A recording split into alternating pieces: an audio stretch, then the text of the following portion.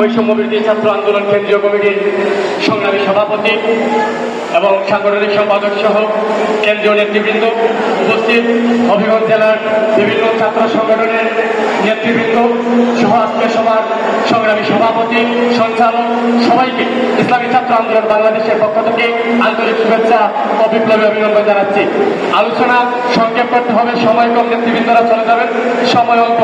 প্রিয় ভাইয়েরা, আমরা লক্ষ্য করেছি আমরা 1971 সালে 30 লক্ষ শহীদের রক্তের বিনিময়ে 2 লক্ষ মা বোনের ইজ্জতের বিনিময়ে যে স্বাধীনতা অর্জন করেছিলাম, আমরা সেই স্বাধীনতার যে মূল বাক্য ছিল, যে মূল প্রতিপাদ্য ছিল সাম্য, মানবিক মর্যাদা, সামাজিক ন্যায় বিচার, তিনটির একটিও পূরণ হয়নি।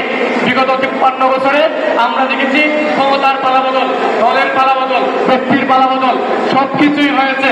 সবাই কেউ কেউ আন্দোলন করে গোলাগাছ হয়েছে, কিন্তু আবারও 24-এ সংগ্রাম করে জীবন দিতে হয়েছে।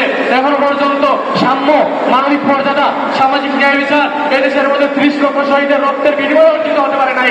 এবং 24-এর জুলাই আন্দোলনের পরেও আজকেও কি কেউ বুকে হাত দিয়ে বলতে পারবেন এখন আমরা শান্তিতে আছি? আজকে আমরা দেখছি রাজনৈতিক বাকবিতণ্ড হয়। আজকে আমরা দেখছি নেতৃবৃন্দরা, জাতীয় নেতৃবৃন্দরা বক্তব্য দেন স্টেজের মধ্যে, অন্যান্য গণতান্ত্রিক সিস্টেমের যে সৌন্দর্য, রাজনৈতিক বক্তব্য দেন, কিন্তু আমরা দেখি কর্মী বাহিনীরা তারা সমাবেশে অ্যাটাক করে আগুন জ্বালিয়ে দেয়, স্টেজ ভেঙে ফেলে। না, আমরা এই সংস্কৃতি আর চাই না।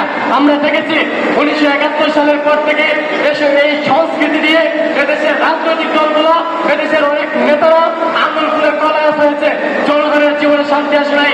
24-এর এই প্রায় 2000 ভাইয়ের জীবনের বিনিময়ে অর্জিত এই স্বাধীনতা, প্রায় 30,000 ভাইয়ের বন্ধুত্ব বরণকারী ভাইয়ের সেই ত্যাগের বিনিময়ে অর্জিত স্বাধীনতা আমরা আর কারো এই প্রত্যেকটি অধিকার বিস্তারের জন্য ব্যবহার হতে দিব না ইনশাআল্লাহ। শেষ কথা, জুলাই সনদ দেওয়ার এক কথা হচ্ছে, অনেকেই দাবি দেওয়া করছেন। আমরা শুরু থেকেই বলছি জুলাই সনদ ঘোষণা হোক, কিন্তু 1 বছর চলে গেল, এগুলো জুলাই সনদ হলো না। আমরা জানি এই জিনিস করতেন এদেশের ছাত্রদের রক্তের উপর দাঁড়িয়ে, যারা এই আন্দোলনের সাথে সরাসরি যুক্ত, তারা সমর্থন দিয়ে সরকারকে বসিয়েছে।